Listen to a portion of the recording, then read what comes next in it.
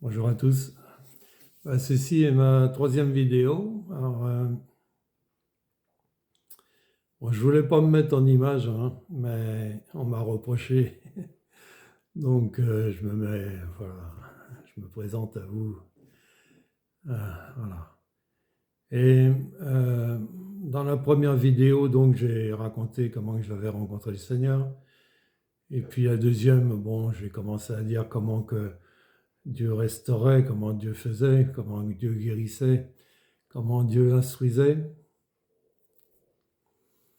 Alors déjà, il faut bien savoir quelque chose, c'est que je veux surtout parler à ceux qui ne sont pas chrétiens. À ceux qui sont chrétiens, je n'ai pas besoin de leur parler. Ils savent. Mais moi, j'étais quelqu'un d'athée, quoi, hein. Et euh, les gens qui sont athées, ils ont du mal à... Si on les évangélise, ça ne marche pas, quoi, hein. Et je suis bien d'accord avec ça. Moi, si quelqu'un était venu m'annoncer l'évangile en me disant crois ça, crois ça, crois ça, ils n'avaient aucune chance avec moi. Mais Dieu a su comment se révéler. Et il n'y a que Dieu qui sait comment nous toucher. Il y a le miracle, des fois c'est la guérison, mais le miracle, le plus grand miracle, c'est quand Dieu se révèle à nous, quoi, hein. Et voilà. Et donc, moi, celui qui s'est révélé, c'est Jésus, quoi, hein. Et c'est pas Mahomet, c'est pas Bouddha, c'est pas qui que ce soit. C'est ce Jésus. Et il m'a vraiment amené à lui par sa puissance. Et tout de suite, quand je me suis converti, je suis monté au ciel. Par son esprit, hein, c'est des choses que ceux qui ont l'habitude savent de quoi je parle, mais c'est vrai que c'est pas évident à expliquer. Mais euh, je me suis retrouvé au ciel, et puis j'étais avec d'autres personnes, j'étais habillé en blanc. Vous voyez, je venais juste de me convertir, hein, c'était pas, j'avais rien fabriqué de moi-même, hein. J'étais habillé avec une tunique blanche, et puis il y en avait plusieurs, et puis on était plantés un peu en rhodognon, vous savez, chacun à 3 mètres les uns des autres, devant, derrière. Enfin, il y avait toute une armée là, qui était là. Et Jésus était devant moi, et Jésus était devant moi, et je le voyais de dos. Et il y a un moment, il s'est retourné et il m'a dit, que désires-tu, Paul? Et moi, j'ai simplement répondu, je ne sais pas où j'ai été chercher ça, mais en tout cas, c'est ce que j'ai dit. J'ai dit, Seigneur, donne-moi de la sagesse afin de pouvoir conduire ce peuple. Alors, c'était peut-être un peu prétentieux pour quelqu'un qui venait juste de le rencontrer, mais enfin, bon, c'est sorti comme ça, hein, moi, j'y peux rien. Et alors, est-ce que j'ai de la sagesse aujourd'hui? C'est aux autres de le dire, hein, c'est pas à moi. Mais, vous voyez, moi, si c'était Mohamed qui s'était présenté à moi, en ce moment, je serais musulman à fond, quoi. Ou si c'était Bouddha, je serais bouddhiste à fond, quoi. Mais non, c'est Jésus. Et je rencontre beaucoup de personnes qui ont rencontré Jésus, qui l'ont vu. Moi, je l'ai vu plusieurs fois dans ma vie, hein. Je suis monté au ciel plusieurs fois. Je raconterai un petit peu certaines choses. Mais j'ai jamais entendu parler quelqu'un qui a rencontré Mahomet ou Bouddha ou qui que ce soit. Donc voilà, hein, les choses sont ainsi, moi j'y peux rien, hein. C'est pas moi qui ai inventé tout ça, c'est pas moi qui l'ai créé. Alors après, bon, je vais pas faire une guerre de religion, c'est pas mon propos. Chacun doit chercher la vérité. Et le problème, c'est que souvent on veut pas changer de culture. On cherche pas la vérité, vraiment. Celui qui cherche la vérité la trouve. Dieu est amour. Alors, tuer au nom de Jésus-Christ, je suis désolé, mais ça marche pas, quoi. Hein, on pouvait tuer au nom de Moïse à l'époque où c'est que c'était l'Ancien Testament, où il n'y avait pas ce Jésus qui était monté sur la croix là pour payer pour nos péchés. Mais maintenant, c'est un Nouveau Testament, quoi, hein. L'amour de Dieu s'est révélé à travers Jésus-Christ, quoi, hein.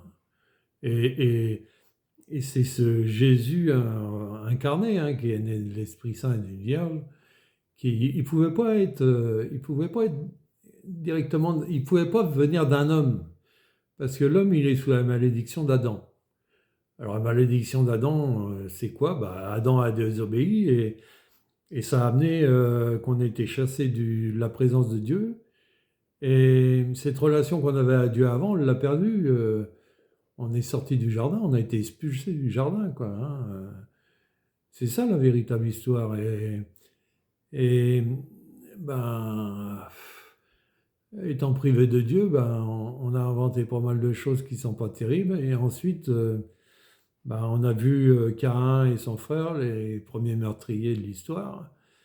Et puis toute la folie que ça engendre encore aujourd'hui. Mais donc Jésus, il pouvait pas naître d'Adam parce qu'Adam, il y a une malédiction sur Adam. Et justement, Jésus, il est venu pour briser cette malédiction pour ceux qui veulent être sauvés, pour ceux qui veulent s'en sortir.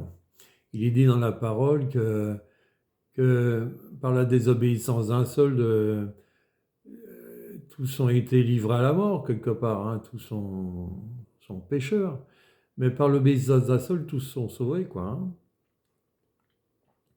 Alors, ça peut être que par révélation. Moi, je vous raconte ça, mais vous avez besoin d'une révélation et je prie vraiment pour que le Saint-Esprit se révèle à travers le petit message que je vous envoie comme ça, hein. Le miracle de Dieu, c'est par son esprit, c'est pas par ma capacité, ni même si vous voyez, je suis pas très expert en diction et tout, hein, mais je viens simplement comme ça. Euh, on peut dire que bah, moi, depuis que j'ai rencontré le Seigneur, j'ai jamais eu à m'en plaindre, hein, parce que je suis passé par toutes sortes de choses, mais j'ai vu la fidélité de Dieu, j'ai vu sa bonté, j'ai vu sa miséricorde, j'ai vu le Père qu'il est, parce que Dieu est un Père, quoi, hein. Et vous voyez, une fois, moi j'avais des problèmes affectifs qui étaient énormes, hein, très dépressifs, j'ai toujours été. Et puis, moi, la vie, je me suis toujours posé la question, qu'est-ce que je faisais là, quoi, hein, Depuis tout petit, je me disais, mais qu'est-ce que je fais là, quoi? Et c'est en Jésus que j'ai ma réponse, quelque part, mais les problèmes affectifs, bah, que ce soit avec mon père ou avec n'importe qui, ça peut pas être comblé comme ça, quoi, hein. Les gens qui sont là dans la colère, dans la violence et tout, ben, c'est le résultat souvent d'un problème affectif, hein, quelque chose qui s'est passé dans leur jeunesse. Et le Seigneur, moi, il m'a rétabli, il m'a guéri de tout ça, quoi, hein. Enfin, il m'a guéri de tout ça en grande partie, parce que tant qu'on est sur la terre, on a toujours des problèmes. Mais il est avec nous dans nos problèmes. Voilà, donc, moi, je me souviens une fois, j'ai été très attristé à travers un divorce, là. Et un soir, en rentrant du travail, j'étais dans mon canapé et tout d'un coup, il y a des bras qui m'ont entouré. Et voilà, c'était, euh, c'était comme si Dieu m'avait pris dans ses bras, quoi, hein. Et je disais, papa, papa. Et le lendemain, pareil, et le surlendemain, pareil. Et le troisième jour que ça s'est produit, il m'a dit, tu vois, ce papa que tu prononces sans arrêt, ça t'a été volé. Vous voyez, donc, comment qu'on accueille les enfants et ben, si un père, il connaît pas Dieu, et si lui-même, il sort d'un père qui n'a pas connu Dieu, et ainsi de suite, ben, c'est pas un jugement, je dis, hein, c'est simplement qu'il y a une infirmité dans la maison, quoi, hein, que ça attire pas des bonnes choses, quoi, hein. Un homme qui connaît pas Dieu, je disais au Seigneur, un homme qui connaît pas Dieu, il maudit sa famille, et puis c'est tout, quoi. Et, et quand c'est comme ça, Dieu nous dit, oui, et toi, qu'est-ce que tu as fait? On a reproduit exactement les choses de nos parents. Voilà. Donc, le Seigneur m'a pris 3 fois dans ses bras, là. C'est que j'ai pu vivre un truc extraordinaire, l'amour, rempli d'amour. Mais après, je l'ai vécu bien plus tard. C'est que dans une réunion, je suis parti au ciel. Et je suis resté 3 jours devant le trône de Dieu, quoi. Et là, devant le trône de Dieu, Dieu m'a jamais parlé de mes péchés parce que c'est réconcilié en Jésus-Christ, il n'y a plus de problème, on est réconcilié avec le Père, on est réconcilié avec Dieu, nos péchés sont pardonnés en Jésus-Christ. Et là, il y avait ces torrents d'amour qui m'inondaient, quoi, hein. Il y avait sa paternité qui coulait sur moi. Il y avait toutes ces choses et pendant 3 jours, mais j'aurais pu passer toute l'éternité là-haut comme ça, quoi, hein. Tellement que c'était bon, quoi, hein. Et pendant 3 jours, j'ai dit papa, papa, papa, quoi, hein. J'avais rien d'autre à dire, quoi, hein. Et Dieu est papa, quoi, hein. Et il est aussi le Dieu Tout-Puissant qui peut nous anéantir s'il désirait, hein. Bon. Mais il est papa. Tout ce qu'il fait, c'est par amour. Et c'est un créateur, c'est pas un destructeur. Quand il détruit quelque chose, c'est pour planter quelque chose d'autre. C'est pour améliorer les choses. Ce n'est pas pour détruire. Alors, vous voyez, bon, euh, il y a des gens qui sont en dépression. Moi, je connais très bien la dépression, hein. Ma mère elle faisait beaucoup de dépression, moi-même, et toutes ces choses-là. Et vous savez, la dépression, je vais vous donner un chemin de guérison. C'est que Dieu dit quelque chose, hein, si tu ne pardonnes pas de tout ton cœur le mal que t'ont fait les hommes, Dieu ne te le pardonnera pas non plus. Donc, quand on ne pardonne pas aux autres, en fait, on se prive de Dieu. Parce que comme Jésus est mort à la croix et qu'il a payé pour nous, on ne peut rien exiger des autres, quoi. Donc on leur pardonne, on bénit ceux qui nous maudissent, et puis, comme dit le Seigneur, c'est évidemment, quand je parle à des gens qui ne sont pas convertis, il va dire, il est fou ce gars-là, mais moi, c'est pas venu du jour au lendemain, tout ça, Dieu m'a appris à pardonner. Moi, j'étais quelqu'un qui ne pardonnait pas. Et je me rappelle très bien au travail, c'est que quand Dieu m'a appris ces choses, là, il y avait un gars qui était, bon, qui buvait pas mal. Moi, j'ai travaillé à la DDE, alors il y avait un peu la réputation de ça à l'époque. Après, ça s'est rangé, mais disons que, bon, moi, j'attendais qu'il sorte de top parce que j'étais revenu pour travailler l'après-midi. Et puis, bon, ça avait pas mal picolé au boulot. Et puis, j'étais en train de nettoyer la cour avec une pelle. Et lui, il se met derrière moi, il me fait des gestes obscènes, quoi. Et moi, avec la violence que j'avais encore à l'époque, je vous assure que si j'étais pas chrétien, à l'époque, comme j'étais avant, je prenais la pelle et j'y cassais sur la tête. Je cassais jusqu'à temps que le manche, il explose, quoi. Parce que j'étais comme ça. Et là, je me retenais, j'étais comme bloqué, je pouvais pas réagir, quoi. Puis je me suis redressé, puis bon, on s'est expliqué, je l'ai envoyé balader. Et puis, quand je suis rentré le soir chez moi, j'étais mal. Alors, j'ai essayé de l'appeler pour régler les choses, là, mais j'ai pas trouvé son numéro de téléphone. À l'époque, c'était dans les années 90, hein. Il n'y avait pas de portable encore, hein. Et puis, j'étais tellement mal, je me suis mis au lit, quoi, hein. Et puis là, le Seigneur me dit, si tu pardonnes pas de tout ton cœur, moi je te pardonne pas non plus. Je dis, mais Seigneur, t'as vu ce qu'il a fait? Il dit, si tu pardonnes pas de tout ton cœur, moi je te pardonne pas non plus. Je dis, mais Seigneur, s'il vient vers moi, il me demande pardon et tout, je vais lui pardonner, mais comment que c'est possible autrement? Il dit, si tu pardonnes pas de tout ton cœur, je te pardonne pas non plus. Et j'ai dit, bon, d'accord, Seigneur, je lui pardonne. Et là, la paix, elle est venue en moi, c'était terminé. Et ça, c'était un vendredi soir. Donc, le lundi, on reprend le travail. Et puis, je me dis, vous savez, toujours la tête revancharde. On est des revanchards de nature. Et j'ai dit, bon, de toute façon, je ne dirai pas bonjour.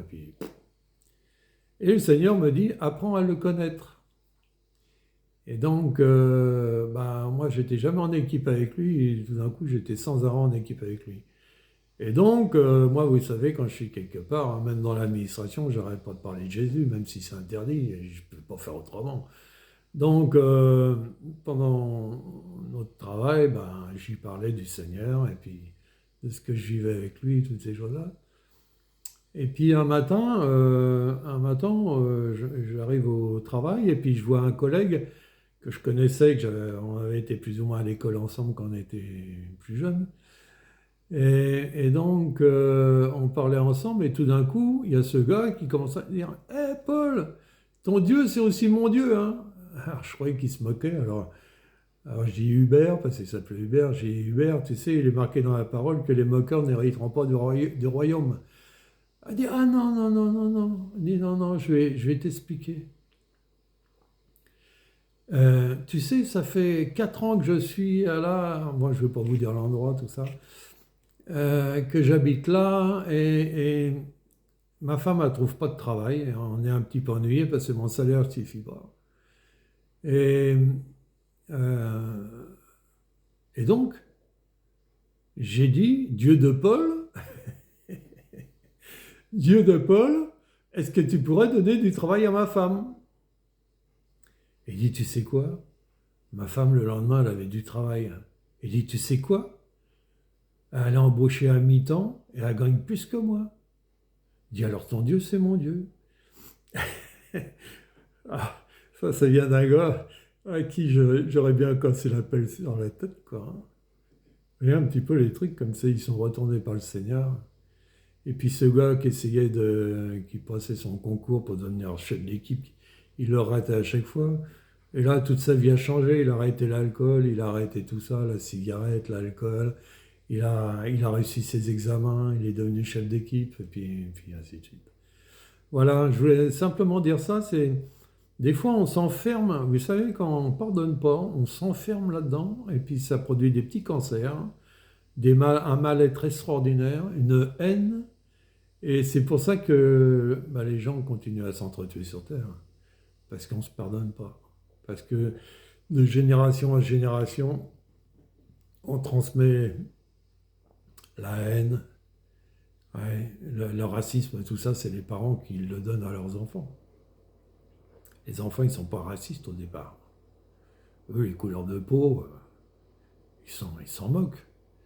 Et tout ça, c'est nous qui produisons ces choses. Alors j'encourage tous ceux qui sont là, dans la déprime, dans toutes ces choses, je les encourage vraiment à venir devant le Seigneur simplement en disant: Seigneur, je veux libérer le pardon sur tous ces gens.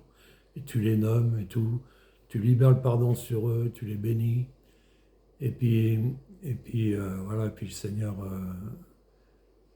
va changer ton cœur.